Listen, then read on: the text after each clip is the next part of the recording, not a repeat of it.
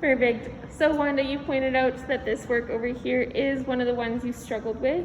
Can you please tell us about this one?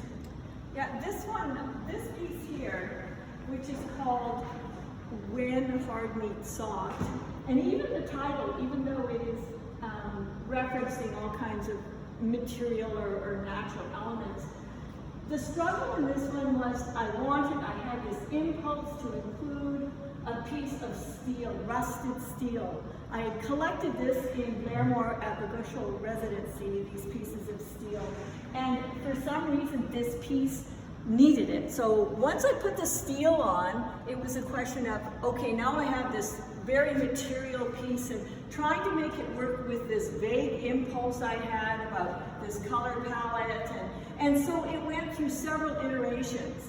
The second thing that really seemed to ground this piece for me was the inclusion of this very flat kind of mauve shape.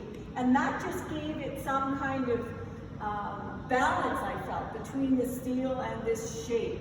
And then the rest of it just seemed to flow softly after that. But this piece also led to including steel in some of the other paintings. The steel was important to me for a couple of reasons.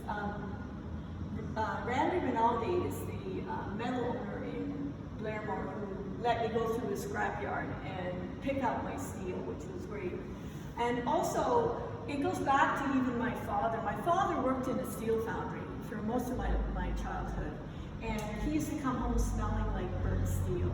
So when I saw this piece of steel, that all of those memories, because that seems to be the theme of what I was doing down there in Blairmore, seemed to come pouring forward, and it became absolutely necessary to include it and then work it out. And that took a bit of doing.